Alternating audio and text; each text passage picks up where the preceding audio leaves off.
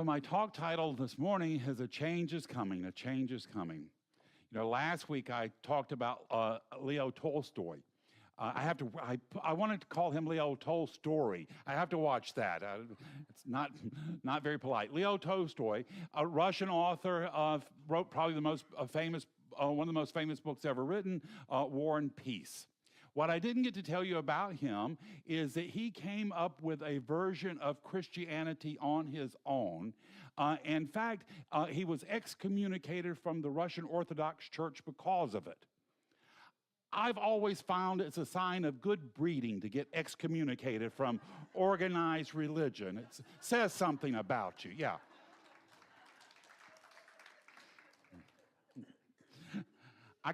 Me and a friend of mine got thrown out of catechism one time. We had gone to a Catholic church, a little branch that was accepting gay and lesbian people, and we were taking lessons, and the priest asked my friend, "What does Mary mean to you?" And his reply is, "Well, I have a lot of friends I call Mary." The priest was not amused by it at all.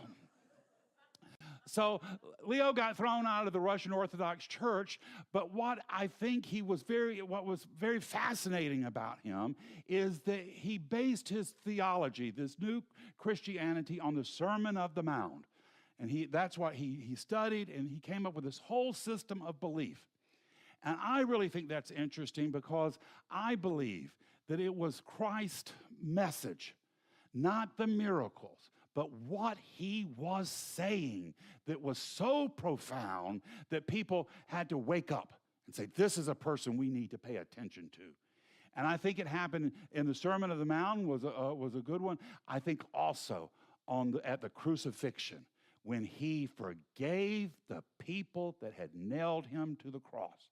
I think that was so profound that people were like, this person is unique. This is somebody who's really has the truth of God and sharing with it. Now, the Sermon on the Mount is called the Beatitudes, and it's the Blessed are. And it's wonderful because it's encouraging. It's an encouraging doctrine of faith. You're going to do better if you do this. It's going to go better for you. You'll live a more fulfilled life. You'll have more love in your life, more joy in your life. So some of them are, blessed are the poor in spirit, for theirs is the kingdom of heaven. Blessed are those who mourn, for they will be comforted. Blessed are the meek, for they'll inherit the earth.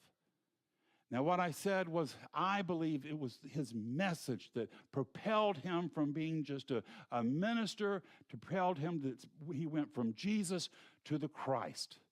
It wasn't the miracles. Miracles are very impressive, but, there were magicians around at that time that could do a lot of those miracles. It wasn't, we have magicians that can still do things that that will shatter your thinking. It was his words that was what was so profound. He went off also to say, he said, it's been written, love your neighbor, but hate your enemy. He says, but I will tell you this, pray, love your enemies, and pray for your enemies. Pray for them. All right, we'll settle this right now. How many of us here can do a prayer for Joe Biden and Donald Trump too? Yeah. Because until you can do for them both. Now, you don't have to pray for them to win if you're not supporting them. You don't have to do that. But you can pray for them to have clarity. You can pray for them to have comfort. You can pray for them to have the right advisors around them. Yeah. And when you can get into that place where you can pray for everything, pray for all, then you're going to have the energy, the creativity of the universe flowing through you. There's an interesting Jewish story. They said that when the Red Sea opened up and Moses led the Hebrews through the Red Sea, and then the Pharaoh's army came. And when the Pharaoh's army got in the middle of the Red Sea, the waters came tumbling down and they were all drowned. And there's a story that when that happened, the angels of heaven celebrated. And God stopped the angels and said, no, they're my children too. And you can't celebrate their destruction. We want to have that kind of love for everyone, starting with ourselves. So this is what I think was so profound about Christ, was he was willing to pray for everyone. He not only was not willing to pray, he was willing to help them out. When the centurion's servant became ill, a beloved servant, a Roman centurion went to Christ and said, I need your help. Christ went to the home of the centurion to heal the servant. Not only was he willing to pray, but he was willing to help. This is the humility that we need to say, yes, let me be an instrument. And I don't have to decide where I go and where I heal. Let me just be an instrument. So I said that Tolstoy came up with this Christianity. But the problem that what he came up with, it was so severe that not even his family could live up to it. There's a wonderful movie, if you want to watch it. It's called The Last Station. It's Helen Mirren and Christopher Plummer, because it's about the end of his life. And what he was wanting to do was to give all his wealth away, all of it away. And his wife, and this is true to history, his wife was like, wait a minute, we've got to survive. I've got these girls, they're going to need dowries. We've got to use this money. You just can't, now on your deathbed, you can't just give it all away. And I think that that's interesting. We have to balance our spiritual inspirations with worldly realities. And that's a balance we have to do. Now, as I mentioned, the spirituality he created was so painful and severe, people couldn't follow it. And I've never really understood why we believe that we need a painful spirituality. Spirit created us for the joy of creation. That's the only reason it created you, for the sheer joy of it. If it created you out of joy, then why would it need you to suffer to have a relation with it? It doesn't make sense. God is not a masochist. It's not an IRS agent just hoping to catch you in a mistake so it can fry you like a piece of bacon on a griddle for eternity. It doesn't make sense. Even in Scripture, it says, make a joyful noise unto the Lord. Joyful. Even God wants us to have a good time here. And so in our joy, we should recognize and celebrate our union with Spirit. I don't think we're any closer to Spirit than where we're delighting in showing pictures of our grandchildren on our cell phones, or when we're laughing so hard with our friends we have to catch our breath, or when we're embarrassing our young people by getting out on the dance floor. Yeah. We're as close to Spirit there as anywhere. And we should revel in it, love it, and spread more of it.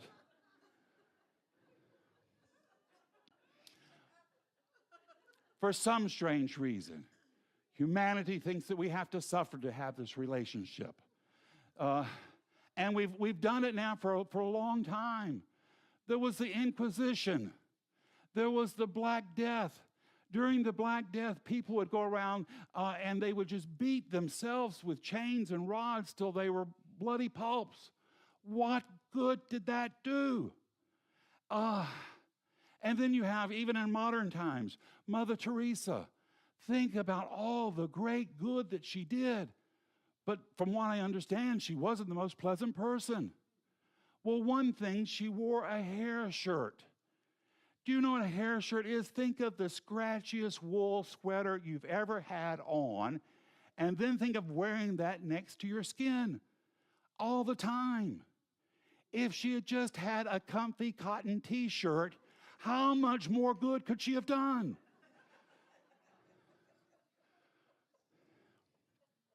And we have this in New Thought too. There's a brilliant author.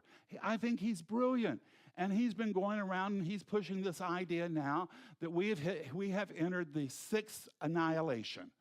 There have been 5 times before where everything got wiped out on earth, and we're headed to the sixth one. I don't believe it for a moment. I don't believe it for a moment. I don't believe, first of all, I don't think we're that important. I don't think our generation is that important. Second of all, I don't think that we have done that much damage to Earth that she's wanting to stomp us out like bugs in the dust. I don't see it. I think we're capable of growth. We're capable of learning. We're capable of knowing when we've made a mistake and making improvements. And I refuse to believe that Spirit has given up on us. I refuse to believe it. In fact, I think Spirit is in awe of us. I think Spirit is proud of us, like any parent with their child. Yes, I think Spirit knows we've made mistakes, we've had problems, but I think Spirit sees for us, prays for us, a brand new, bold new day where we learn to live in peace and harmony. We learn to expect one another. We're coming together, this world of ours. The internet has changed everything. No longer can we think that those people over there, they're just not the same as we are. The internet has brought the world into our living rooms, and we have to accept the fact that humanity is one family, and that we have got to live together, and we have got to create a world that will sustain us. People who become so doctrinaire in their religion, in my mind, they're either fearful of what they're doing in secret, or what they want to do in secret, or what they're thinking about doing, that they look out to judge others. They look out to judge others. You know, I'm reading Barbra Streisand's biography, 1,000 pages long. She had a long career. It's very interesting. And of course, when she went to do the movie Yentl, she wanted to get some real research about, well, how do Orthodox Jewish people live? And she went to an Orthodox community in New York City. And she said they were so unkind to her. She said they weren't welcoming to her at all. They were unfriendly. How could you imagine being unkind to Barbra Streisand, a person who had so much pride in her Jewish roots that she refused to get a nose job? That's a person you should be able to relate to. At least get a cup of tea for them. Yeah. So how can we have this joyful spirituality? How can we have a new idea that allows us to celebrate all of humanity? Well, I believe it can be really kind of simple. It doesn't have to be so complicated. We can do it when we're in moments of profound joy, when we're being compassionate one with another. If you want to feel enlightened, if you want to feel saved, go do some kindness. Go do some good.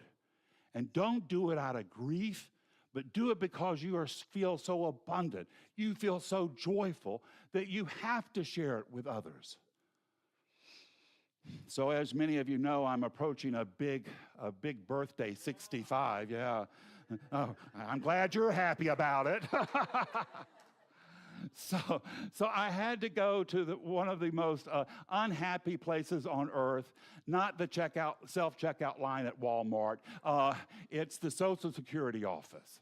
And the thing that I noticed is there were some nice people. A lot of those people waiting to deal with the Social Security, they were ready for a fight. They were angling for a fight. In fact, the security guard is there to make sure people keep calm. So finally, after 2 hours, I got to my agent. He was the best. He couldn't have been more helpful. He was very knowledgeable. He told me exactly what I needed to do to get over the problem that I'm having, and he was great. So when I left, I took a moment just to thank him. And I could tell he was stunned by it. A simple thank you surprised him. Well, why not? You know, he's doing the best he can. It's a tough job. He did good. Now, he wasn't able to solve my problem, but he got me going to the solution. Just being grateful, just being kind. You know, that's what the Dalai Lama says. He says, you know, my religion is kindness. Now, gratitude's another part of it. Be grateful for something. Find something to be grateful for. You know, all of us right now can be grateful for the inventor of air conditioning. Yeah, you want to practice some gratitude? Let your air conditioning go out, and you'll be very grateful to see the technician show up. The art of life is to live in the present moment, Emmett Fox said. And he said to make sure that this moment is as perfect as we can make it by realization that we're the instruments and expression of God itself. That's who you are. You are an instrument, an expression of the energy and power of God. Dr. Holmes, the founder of our teaching, he says, life's a mirror. It's going to reflect back to us what we think into it. And this is our approach. We offer a flexible framework, adaptable to almost any tradition. Our teaching isn't a religion. We're teaching. We teach you to believe about spirit, about life, and about prayer. And you can integrate this into any faith. You can be a Buddhist, you can be a Muslim, you can be a Christian, you can be a Latter-day Saint. Our teaching complements any existing beliefs. We're kind of like mayonnaise to a Southern cook. You know, mayonnaise for a Southern cook, they can put it in almost anything. I've known people who put mayonnaise in a chocolate cake. It tastes good, believe it or not.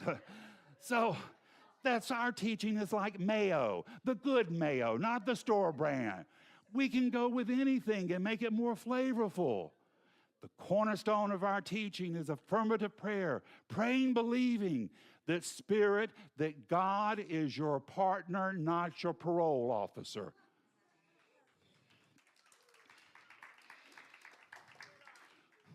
Christ said, rejoice and be exceedingly glad, for great is your reward. Rejoice, be exceedingly glad, for great is your reward. You are the salt of the earth, the light of the world. And he said, don't put it under a basket. Put it out there for your neighbors to see. Put it out there for your family, your friends. Put it out there for the agent at Social Security. This world of ours is in need of light, and you have the light that this world needs. And this kind of thinking can free you from the burden of worry, knowing that God works through you to create a better life. Now, if you feel called to pray to Mecca 5 times a day, do it. If you draw strength from Christ, then embrace it. Our only doctrine is to believe in the best of yourself and to see the divine within yourself, to see it in life, to see it in the world, and see it in the others. We have never disappointed Spirit for a moment. In fact, Spirit is in all of our possibilities. The only thing that we have to do is to say yes to life and to be like Nina Simone and sing out, birds flying high, you know how I feel. It's a new day, it's a new dawn, and it's a new life, and I'm feeling good. It's the truth in your life this morning. It's the truth in mine, and so it is.